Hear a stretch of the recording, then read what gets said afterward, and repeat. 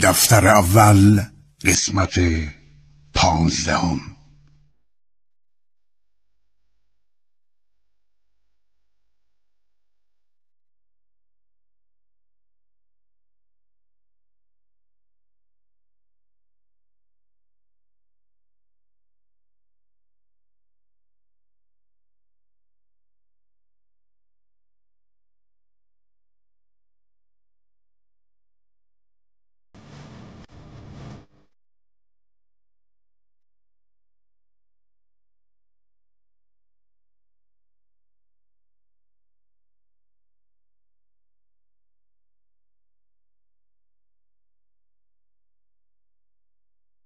منوچهر برگاه بنشست شاد، کلاه بزرگی به سر برنهاد. به یک دست قارن، به یک دست سام، نشستند روشندل و شادکام. پس آراست زال را پیش شاه، به زرین عمود و به زرین کلاه. گرازان بیاورد سالار بار، شگفتی بماندن درو شهریار. بدان برز بالا و آن خوب چهر، تو گفتی که آرام جان است و مهر. چون این گفت مرسام را شهریار، که از من تو این را به زینهار دار. به خیره میازارش از هیچ روی، به کس شادمانه مشو جز بدوی. که فر کیان دارد و چنگ شیر، دل هوشمندان آهنگ شیر. پس از کار سیمرغ و کوه بلند، اوزان تا چرا خوار گشت ارجمند. یکایک همه سام با او بگفت، ز خورد و ز جای و ز خفت و نهفت. از افگندن زال بگشاد راز، که چون گشت بر سر سپهر از فراز. سرانجام گیتی به سیمرغ و زال پر از داستان شد به بسیار سال. بفرمود از شاه تا موبدان، ستاره شناسان و هم بخردان. بجویند تا اختر زال چیست، بران اختر و بخت سالار کیست.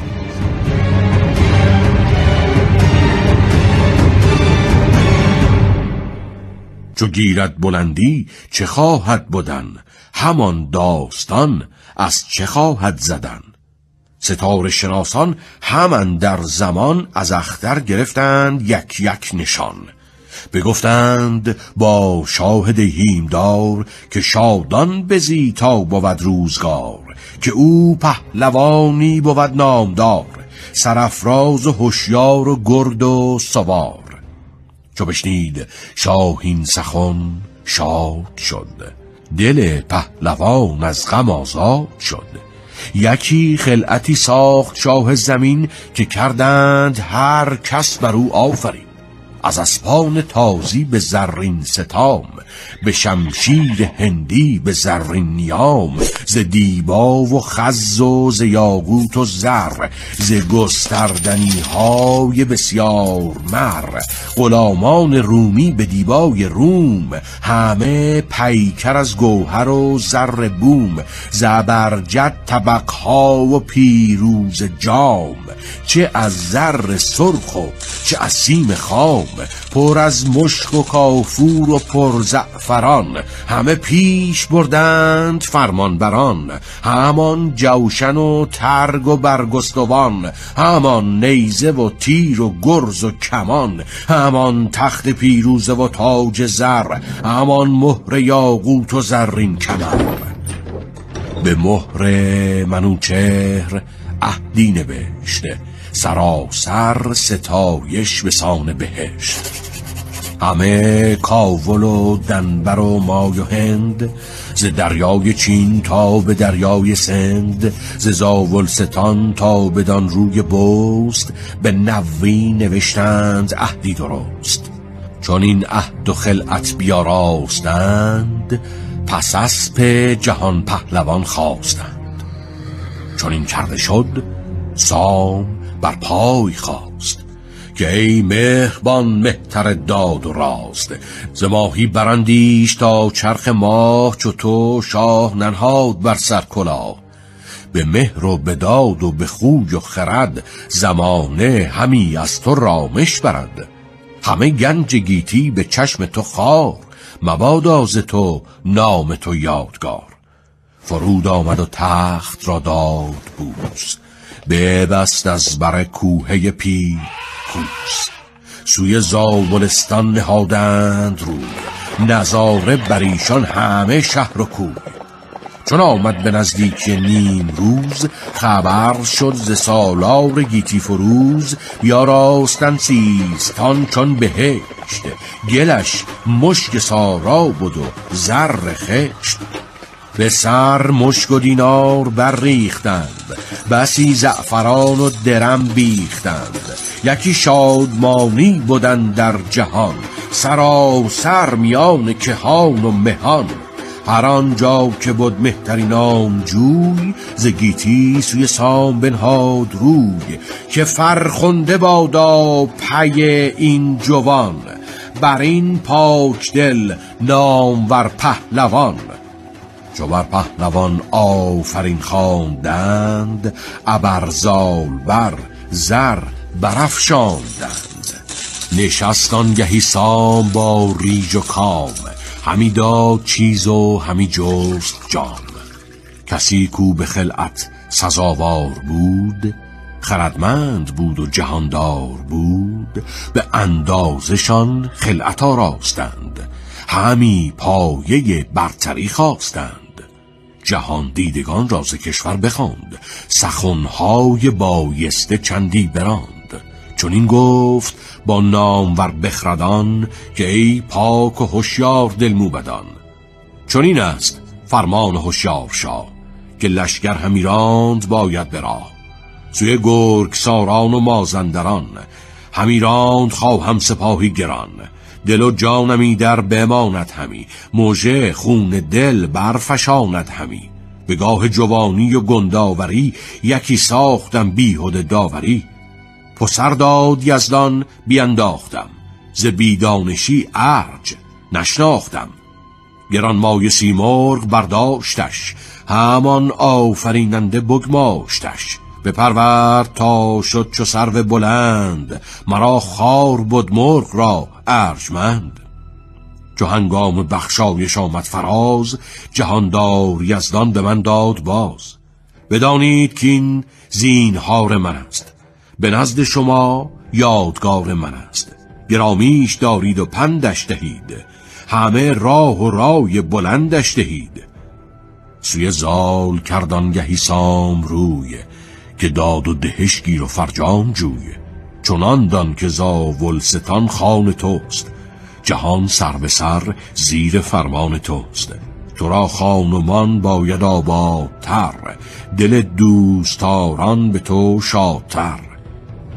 کلید در گنج ها پیش توست، دلم شاد و غمگین به کم بیش توست.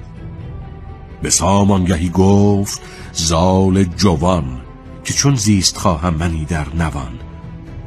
جدا پیشتر زین کجا داشتی مدارم، گر آمد گه آشتی. کسی با گنه گرز ما در بزاد، منانم سزد گر بمانم زداد. گهی زیر چنگال مرغندرون، چمیدون به خاک و مزیدون ز خون. کنون دور ماندم ز پروردگار، چون این پرورانت همی روزگار. ز گل بهره من جز از خار نیست، بدین با جهاندار پیکار نیست.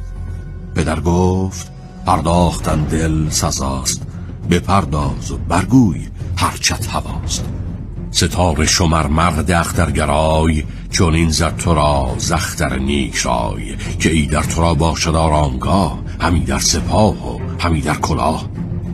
گذر نیست بر گشت گردان سپهر، همی در بگسترد باید مهر. کنون گرد خویش اندر آور گروه، سواران و مردان دانش بجو. بیاموز و بشنو ز هر دانشی، بیابی ز هر دانشی رامشی. ز خرد و ز بخشش میاسای هیچ، همه دانش و داد دادن بسیج. بگفتین و برخاست آوای کوس، هوا قیرگون شد زمین آبنوس. خروشیدن زنگ و هندی درای، برآمد ز دهلیز پرده سرای. سپهبد سوی جنگ بنهاد روی، یکی لشکری ساخت جنگجوی. بشد زال با او 2 منزل به راه، بدان تا پدر چون گذارد سپاه. پدر زال را تنگ در بر گرفت، شگفتی خروشیدن اندر گرفت. بفرمود تا باز گردد ز راه، شود شاد دل باز تخت و کلاه. بیامد پراندیش دستان سام، که تا چون زید تا بود نیکنام. نشست از بر نام بر تخت عاج، به سر بر نهادان فروزنده تاج. ابا یاره و گرزه گاو سر، ابا طوق زرین و زرین کمر. ز هر کشوری موبدی را بخواند، پژوهید هر چیز و هر چیز راند. ستاره شناسان و دین آوران، سواران و گردان و کین آوران. شب و روز بودند با او به هم، زدندی همی رای بر بیش و کم. چنان گشت زال از بس آموختن، که گفتی ستاره است از افروختن. به رای و به دانش به جایی رسید، که چون خویشتن در جهان کس ندید. چون این همی گشت گردان سپهر، ابرزا بر سام گسترد مهر.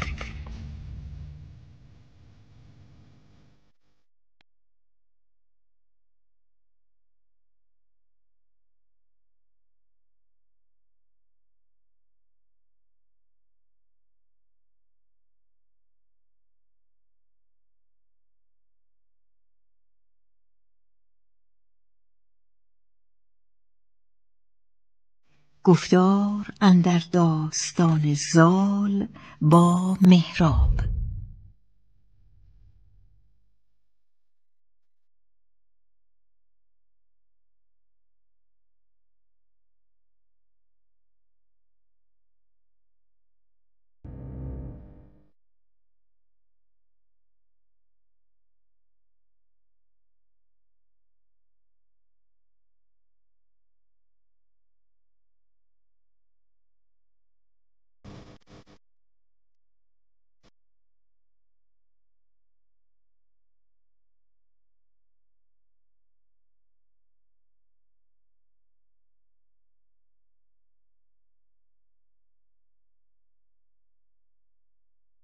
چنان بود که روزی چنین کرد رای، که در پادشاهی بجنبد ز جای. برون رفت با ویژه گردان خویش، که با او یکی بودشان رای و کیش.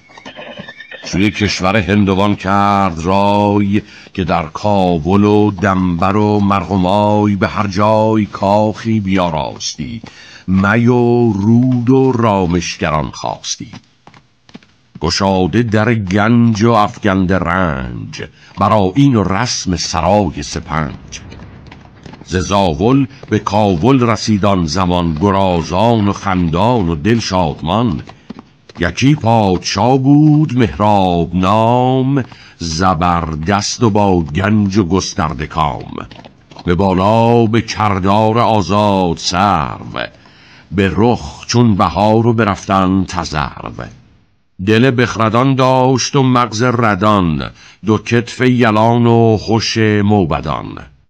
چون آگه شد از کار دستان سام، ز کاول بیامد به هنگام بام. ابا گنج و اسپان آراسته، غلامان و هر گونه‌ای خواسته. ز دینار و یاقوت و مشک و عبیر، ز دیبای زربفت و خز و حریر. یکی تاج پرگوهر شاهوار، یکی طوق زرین زبرجدنگار. چون آمد به دستان سام آگهی، که زیبا مهی آمدن در بهی. پذیره شدش زال و بنواختش، بدایین یکی پایگه ساختش. سوی تخت پیروزه باز آمدند، گشاده دل و بزم ساز آمدند.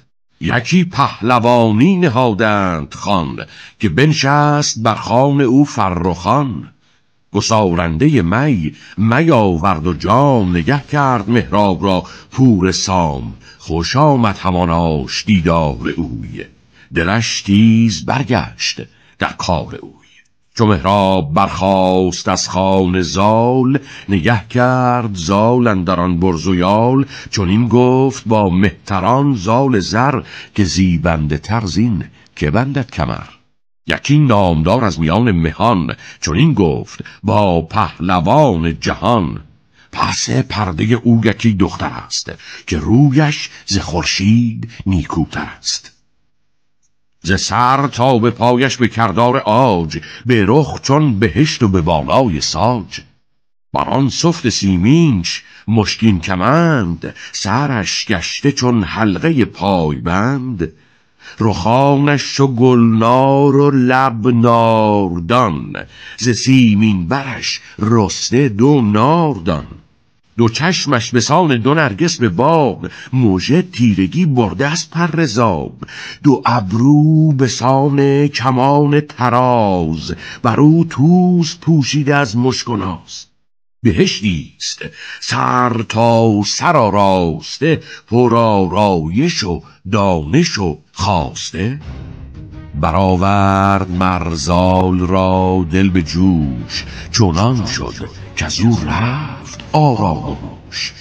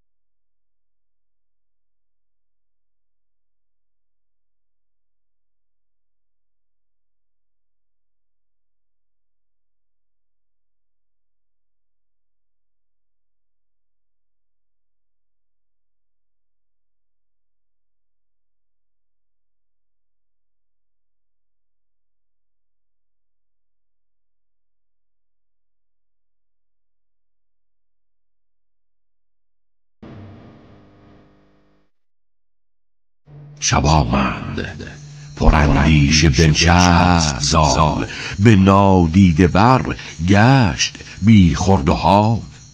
چو زد بر سر کوه بر تیغ شید، چو یاقوت شد روی گیتی سپید. در بار بگشاد دستان سام، برفتند گردان زرین ستام. در پهلوان را بیاراستند، چو پالای پرمایگان خواستند. برون رفت مهراب کاول خدای، سوی خانه زال زاول خدای. چون آمد به نزدیکی بارگاه، خروش آمد از در که بگشای راه. برای پهلوان اندرون رفت گو، به سان درختی پر از بار نو. دل زال شد شاد و بنواختش، اوزان انجمن سر برافراختش. بپرسید که از من چه خواهی؟ بخواه ز تخت و ز مهر و ز تیغ و کلاه. بدو گفت مهراب که ای پادشاه، سرافراز و پیروز و فرمان روا. مرا آرزو در زمانه یکیست، که آن آرزو بر تو دشخوار نیست. که آیی به شادی سوی خانه من، چو خورشید روشن کنی جان من. چون این داد پاسخ که این رای نیست، به خانه تو اندر مرا جای نیست. نباشد بدین سام هم داستان، همان شاه چون بشنود داستان. که ما می گساریم و مستان شویم، سوی خانه بت پرستان شویم. جز این هر چه گویی تو پاسخ دهم، به دیدار تو رای فرخ دهم. چو بشنید مهراب کرد آفرین، به دل زال را خواند ناپاک دین. خرامان برفت از بر تخت اوی، همی آفرین خواند بر بخت اوی. چو دستان سام از پسش بنگرید، ستودش فراوان چنان چون سزید. از آن کو نه همدین و همراه بود، زبان از ستودنش کوتاه بود. بر او هیچ کس چشم نگماشتند، مرو را ز دیوانگان داشتند. چو روشندل پهلوان را بدوی، چنان گرم دیدند و با گفتگوی. مرو را ستودند یک یک مهان، همان کس پس پرده بودش نهان. ز بالا و دیدار و آهستگی، ز بایستگی هم ز شایستگی. دل زال یک بار دیوانه گشت، خرد نوش عشق فرزانه گشت.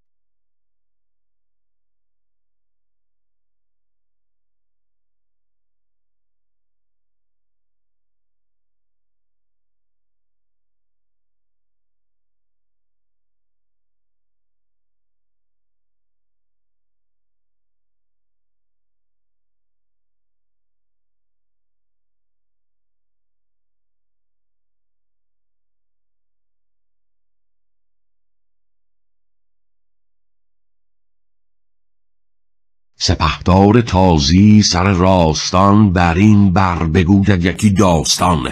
که تا زنده ام چرم جفت من است، خمه چرخ گردان نهفته من است. عروسم نباید که رعنا شوم، به نزد خردمند کانا شوم. از اندیشگان زال شد خسته دل، بران کار بنهاد پیوسته دل. همی بود پیچاندن از گفتگوی، مگر تیره گرددش از این آبروی.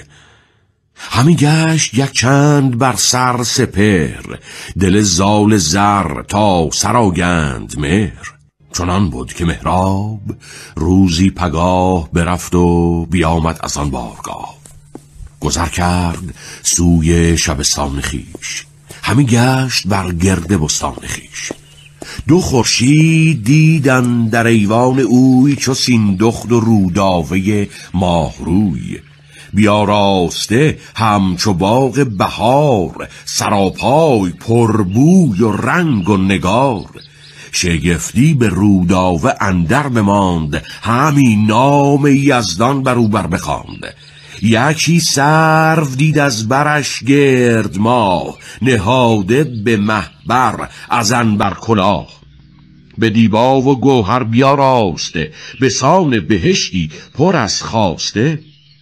بپرسید سیندخت مهراب را، ز خوشاب بگشاد عناب را. که چون رفتی امروز و چون آمدی، که کوتاه باد از تو دست بدی. چه مردیست این پیر سرپور سام، همی تخت کام آیدش گر کنام. خوی مردمی هیچ دارد همی، پی نامداران سپارت همی. چون این داد مهراب پاسخ بدوی، که ای سرو سیمین بر خوب روی. به گیتی در از پهلوانان گرد، پی زال را کس نیارد سپرد. چو دست و عنانش بر ایوان نگار، نبینی و برزین چنو یک سوار. دل شیر نر دارد و زور پیل، دو دستش به کردار دریای نیل. چو برگاه باشد درفشان بود، چو در جنگ باشد سرافشان بود.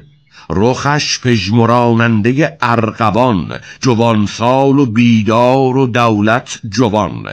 به کین اندرون چون نهنگ بلاست، به زین اندرون تیز چنگ اژدهاست. نشاننده خاک در کین به خون، فشاننده خنجر آبگون.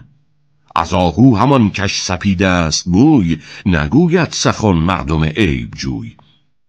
سپیدی مویش بزیبد همی، تو گویی که دلها فریبد همی. چو بشنید رودابه آن گفت و گوی، برافروخت و گلنارگون کرد روی. دلش گشت پر آتش از مهر زال، از او دور شد رامش و خورد و حال.